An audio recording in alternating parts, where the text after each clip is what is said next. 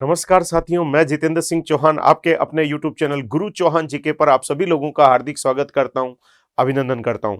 साथियों, जैसा आप जानते हैं कि आपके लिए एक सीरीज लेकर आए हैं, भारत एवं विश्व सामान्य ज्ञान वन लाइनर अप्रोच। उसका पहला लेक्चर आपने देखा, आज मैं आपके समक्ष लेकर आया हूं इसका दूसरा लेक्चर। तो आइए चर्चा करते हैं। भारत एवं विश्व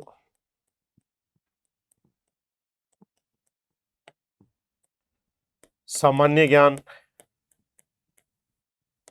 इसमें इतिहास भी है, भूगोल भी है, इकोनॉमिक्स भी है, पॉलिटिकल भी है, सभी का मिश्रण है। वन लाइनर अप्रोच परीक्षा के लिए बहुत इंपॉर्टेंट ये वन लाइनर अप्रोच। चाहे आप कोई भी एग्जाम की तैयारी कर रहे हो, भारत या राजस्थान की, क्योंकि भारत का जीके तो सभी एग्जाम में आता है, चाहे वो भारत की एग्जाम हो चाहे राजस्थान की एग्जाम हो, तो सबके लिए रामबाण औषधि साबित होगा ये लेक्चर आने वाले समय में। आइए आज के लेक्चर को शुरू करें। IUCN, international union for conservation of nature, जिस क्षेत्र में संलग्न संगठन है उस संगठन का नाम है, उसका नाम है जैव संरक्षण। जैव संरक्षण, ये जैव संरक्षण से संबंधित एक संगठन है, international union for conservation of nature, जिसका नाम है IUCN। अगले तथ्य की तरफ देखें। भारत की राष्ट्रीय आय का अनुमान जिस संगठन द्वारा लगाया जाता है उस संगठन का नाम है केंद्रीय सांख्यिकी संगठन। बहुत एग्जाम में क्वेश्चन पूछा गया है, बार बार रिपीट भी होता रहता है ये क्वेश्चन। उसका नाम है केंद्रीय सांख्यिकी संगठन। केंद्रीय सांख्यिकी संगठन।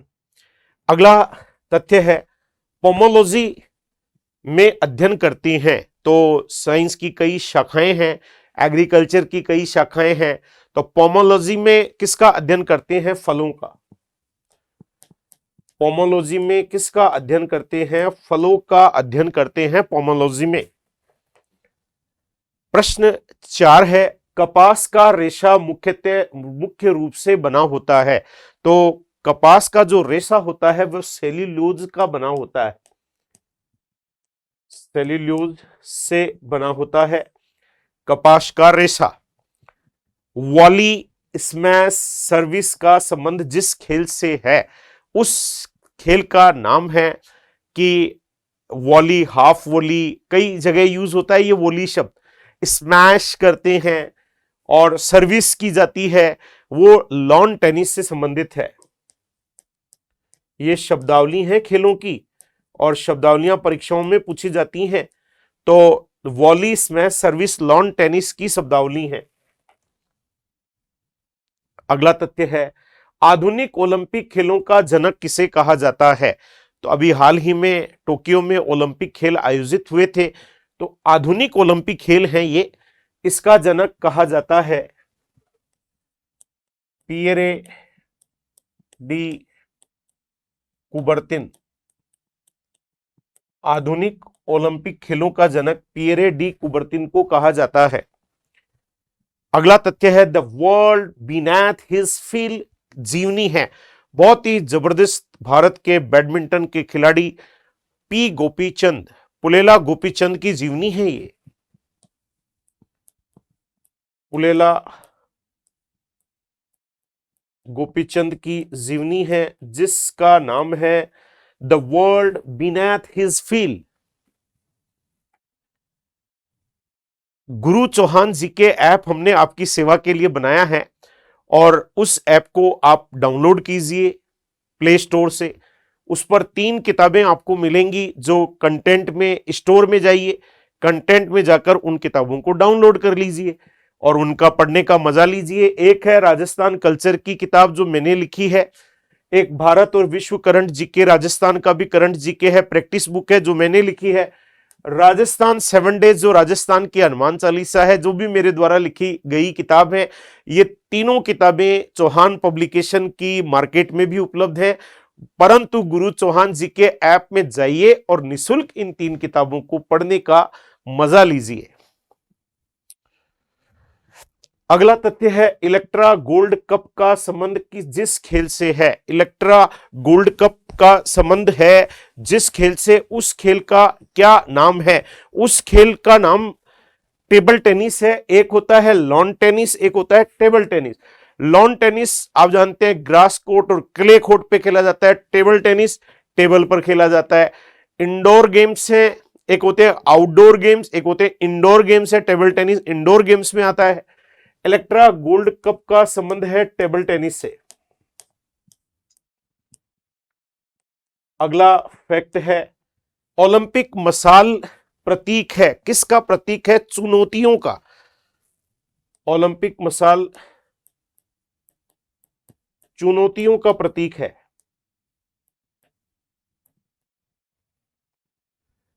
अगला फैक्ट है खो खो में एक टीम में खिलाड़ी होते हैं, जैसे क्रिकेट में 11 होते हैं, फुटबॉल में 11 होते हैं, हॉकी में 11 होते हैं, सबसे ज्यादा खिलाड़ी बेसबॉल में होते हैं 15 खिलाड़ी। तो खो खो में कितने खिलाड़ी होते हैं? एक टीम के खिलाड़ी बताए जाते हैं, एक टीम में 9 खिलाड़ी होते हैं। हमेशा एक टीम के खिलाड़ी बताए जाते हैं, दोनों टीमों के नहीं बताने। प्रत्येक पक्ष के खिलाड़ियों की संख्या 9 होती है खो खो में। ओलंपिक खेल में पहली बार ओलंपिक शपथ कब ली गई थी? ये 1920 ईस्वी में ऐसा हुआ था, जब ओलंपिक हुए थे तो पहली बार 1920 के ओलंपिक में शपथ ली गई थी। ओलंपिक शपथ जिसे बोलते हैं। अस्तो मां सदगमय लिखा गया है, ये किस में लिखा गया है? ये साहब ऋग्वेद में लिखा गया है। अगला फैक्ट है चरक संहिता नामक पुस्तक का विषय संबंधित है। तो चरक संहिता चिकित्सा क्षेत्र से संबंधित पुस्तक है, चिकित्सा से रिलेटेड है। चरक संहिता चिकित्सा से संबंधित विषय का अध्ययन किया जाता है इस पुस्तक में। गुरु चौहान जी के ऐप ने आपके लिए एक नया कोर्स तैयार किया है, रीट शिक्षण विधियां L1 लेवल फर्स्ट के लिए, और डॉक्टर एस मंगल सर के मार्गदर्शन में ये कोर्स तैयार किया गया है। शिक्षण विधियां अगर आपने चौहान पब्लिकेशन की पढ़ी हो, मंगल शिक्षण विधियां डॉक्टर एस मंगल द्वारा लिखित, आपके ही सानिध्य में, आपके ही मार्गदर्शन में, आपके ही द्वारा ये रीट की L1 शिक्षण विधियों को तैयार किया गया है। इसमें पर्यावरण अध्ययन की शिक्षण विधियां, गणित की शिक्षण विधियां, क्योंकि L1 में ये है, हिंदी की शिक्षण विधियां और संस्कृत की शिक्षण विधियां, ये 4 शिक्षण विधियां आपको प्रदान की जाएंगी। और इसका पूरा जो अभी डिस्काउंट चल रहा है, 1000 रुपए इसकी पूरे कोर्स की रेट है, लेकिन अभी वर्तमान में ये 500 रुपए में आपको प्रदान की जा रही है। तो आप इन्हें जल्दी से जल्दी गुरु चौहान जी के ऐप को डाउनलोड कीजिए। ऐप का जब प्ले स्टोर पे जाएंगे तो ये साइन मिलेगा आपको, वहां जाके आप डाउनलोड कर लो। फिर गुरु चौहान जी के ऐप में जाइए, जाकर स्टोर में जाइए, कंटेंट में जाइए और उस कोर्स को देखिए। प्रत्येक वीडियो को आप 2 मिनट तक देख सकते हैं, ये सुविधा हमारे ऐप में उपलब्ध है। तो पूरा रिकॉर्डेड कोर्स है, शिक्षण विधियों का, बहुत ही काम का है। आगे तथ्यों की तरफ बढ़े। अमरावती बौद्ध स्तूप कहां पर है? तो अमरावती बौद्ध स्तूप है वह आंध्र प्रदेश में है। कहां पर है? आंध्र प्रदेश में है। अगला तथ्य है, खूब एग्जामों में आपने इस किताब को देखा होगा, गीत गोविंद पुस्तक के लेखक कौन है? बहुत एग्जाम में पूछा जाता है। तो गीत गोविंद पुस्तक के लेखक हैं जयदेव। ये जयदेव की रचना है गीत गोविंद।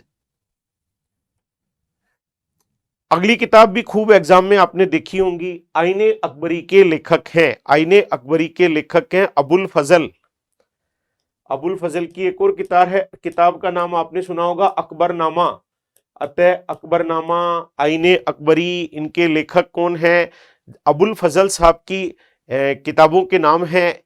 इन्हें हिंद का तोता या भारतीय तोता के उपनाम से भी जाना जाता है। खालसा सेना की स्थापना तथा पाहल पर्व के प्रवर्तक कौन थे? तो आप जानते हैं कि खालसा पंथ और पाहल पर्व के प्रवर्तक थे गुरु गोविंद सिंह। गुरु गोविंद सिंह।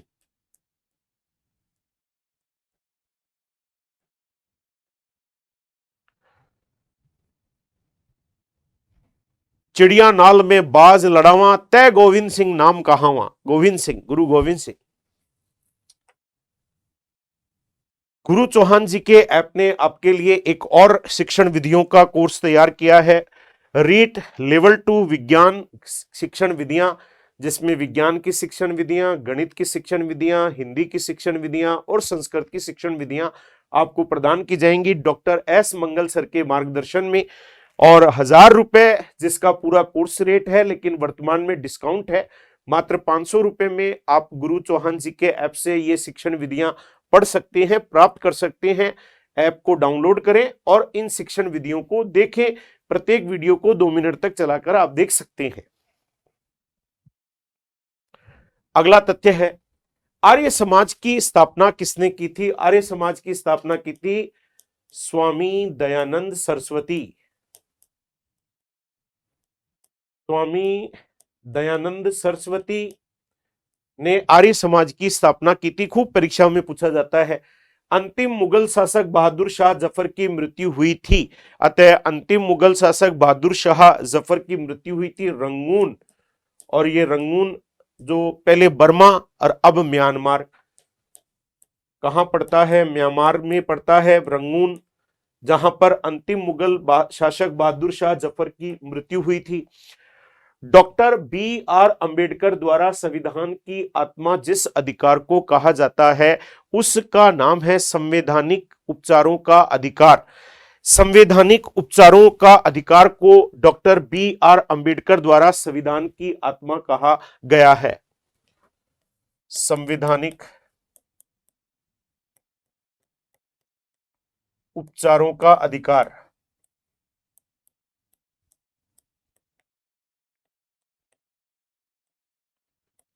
इसे संविधान की आत्मा डॉक्टर बी आर अंबेडकर, जो कि संविधान की प्रारूप समिति के अध्यक्ष भी थे, ने कहा है। भारतीय संविधान में संशोधन की प्रक्रिया किस देश से ली गई है? उस देश का नाम है दक्षिण अफ्रीका, साउथ अफ्रीका। भारतीय संविधान में जो संशोधन की प्रक्रिया है वो साउथ अफ्रीका से ली गई है।